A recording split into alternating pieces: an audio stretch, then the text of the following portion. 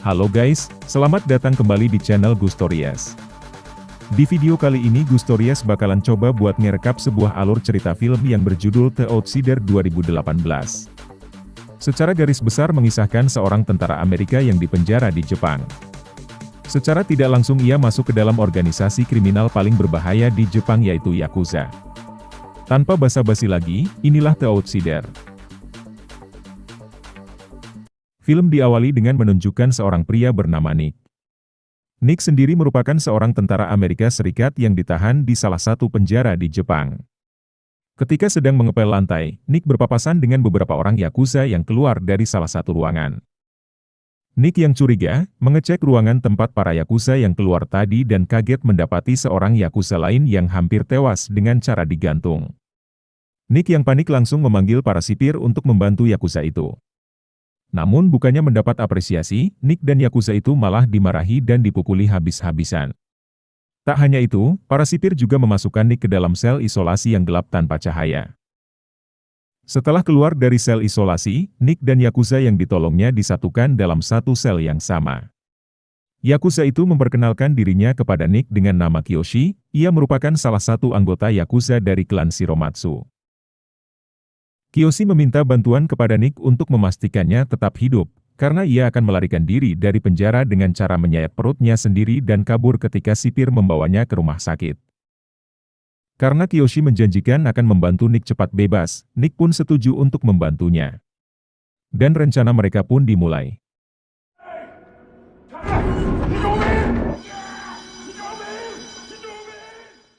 Dan film The Outsider 2018 pun baru dimulai. Scene film kemudian berpindah kepada Nick yang kini telah bebas. Ia dijemput oleh orang suruhan dari Shiromatsu dan dibawa ke markas mereka. Terlihat juga kini Nick lebih segar dengan mencukur seluruh bulu di wajahnya. Setelah sampai, salah satu anggota Yakuza klan Shiromatsu yaitu Orochi mengucapkan terima kasih kepada Nick karena telah membantu Kiyoshi selama berada di penjara. Tak hanya itu, Nick juga ditawari pekerjaan yang berkaitan dengan bisnis Yakuza mereka. Nick kemudian dibawa ke sebuah bar dan diberi beberapa uang untuk menyewa sebuah tempat tinggal. Pada keesokan harinya, Nick dijemput oleh Kiyoshi untuk melaksanakan tugas pertamanya. Ia disuruh untuk menyelesaikan sedikit masalah di mana ada seorang pemilik pabrik logam di daerah kekuasaan Yakuza mereka yang tidak mau bekerja sama. Dengan ekspresi datarnya, Nick masuk ke ruangan bos dari pabrik logam itu dan bernegosiasi dengannya. Namun karena sang pemilik yang terus-terusan menolak, Nick pun menggila dan langsung menghajar pemilik dari pabrik logam itu. Setelah melaksanakan tugas, Nick dan teman-teman Yakuzanya minum-minum di sebuah bar. Terlihat sedikit demi sedikit para Yakuza itu mulai bisa menerima keberadaan Nick yang notabene bukan merupakan orang asli Jepang, melainkan turunan asli dari Amerika Serikat. Tak disangka, beberapa orang saingan Yakuza mereka yang berasal dari klan Seizu datang ke sana. Mereka mengolok-ngolok klan Shiromatsu yang berteman dengan orang asing seperti Nick.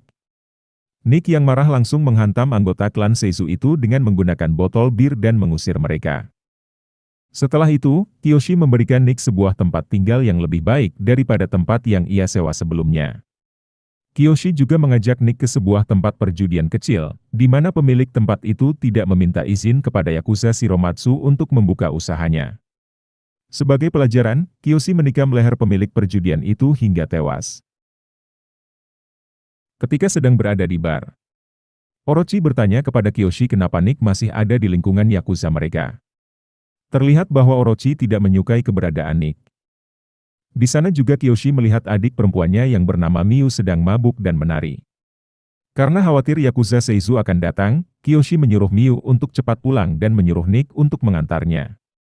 Terlihat bahwa Nick dan Miu saling memiliki ketertarikan satu sama lain. Hingga percumbuan di antara mereka pun terjadi. Terlihat bahwa Miu juga memiliki tato di seluruh punggungnya sebagaimana ciri khas dari seorang Yakuza.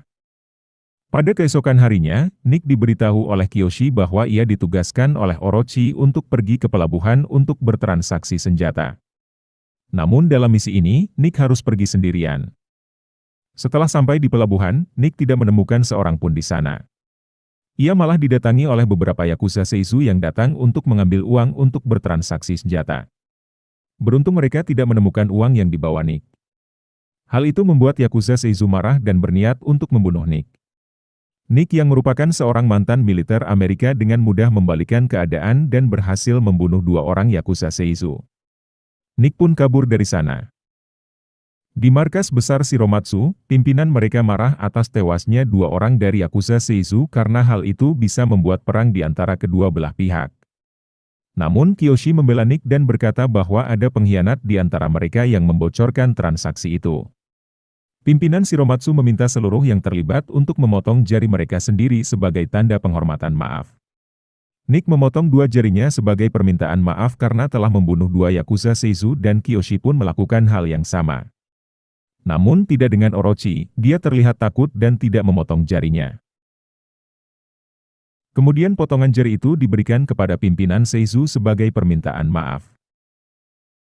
Terlihat Nick yang dibawa oleh pimpinan Yakuza Shiromatsu ke sebuah tempat. Ternyata ia dibawa untuk melaksanakan upacara peresmian dirinya sebagai anggota baru dari keluarga Shiromatsu. Dengan ini, Nick resmi menjadi bagian dari keluarga Yakuza mereka. Pada saat malam perayaan, Nick diberitahu oleh Kiyoshi untuk tidak mendekati adiknya. Namun Nick meyakinkan Kiyoshi bahwa ia bisa menjaga Miu. Kemudian Nick jujur bahwa ia telah tidur dengannya. Akhirnya Kiyoshi pun luluh dan menganggap Nick sebagai keluarga yang sebenarnya. Dengan ditemani Miu, Nick yang kini resmi menjadi seorang Yakuza mulai mentato seluruh badannya. Ia mentato punggungnya dengan gambar ikan koi sama seperti tato yang dimiliki oleh Miu. Setelah itu, terlihat pertemuan antara klan Shiromatsu dan klan Seizu. Klan Seizu mengajak untuk bekerja sama yang akan menguntungkan kedua belah pihak.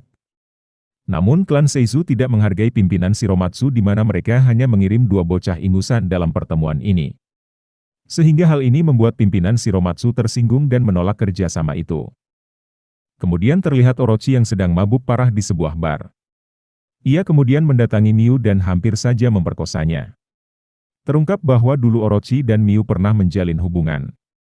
Melihat Miu yang begitu ketakutan, Orochi pun akhirnya pergi dan minta maaf.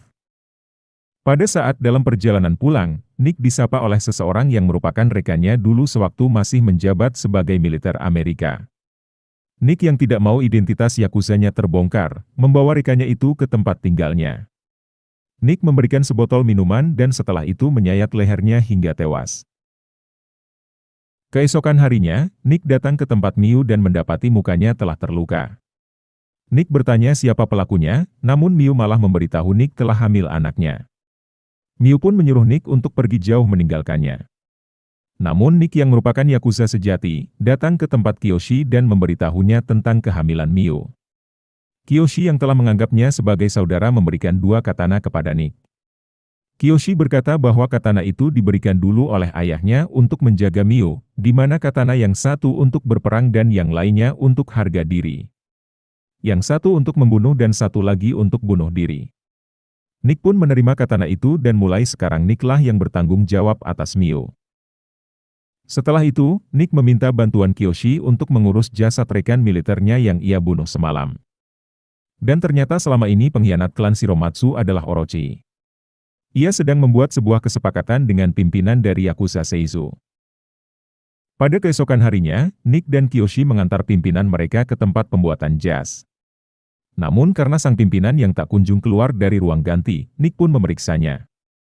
Hampir saja sang pimpinan ditusuk oleh seseorang, beruntung Nick sigap dan Kiyoshi pun langsung menembak orang itu hingga tewas. Mereka langsung mengamankan sang pimpinan kembali ke mobil. Namun beberapa orang dari Yakuza Seizu datang dan langsung menembaki mereka. Nick dan pimpinan menunduk dan berhasil selamat, namun sayang, Kiyoshi harus tewas tertembak tepat di lehernya. Setelah itu, pimpinan mengadakan pertemuan dengan anggota Shiromatsu lainnya. Dan diketahuilah Orochi dan beberapa orang lainnya telah berkhianat dan bersekutu dengan para Yakuza Seizu. Miu yang mengetahui kakaknya Kiyoshi telah mati, mendatangi Nick dan menangis sejadi-jadinya. Hingga aksi balas dendam klan Shiromatsu pun dimulai.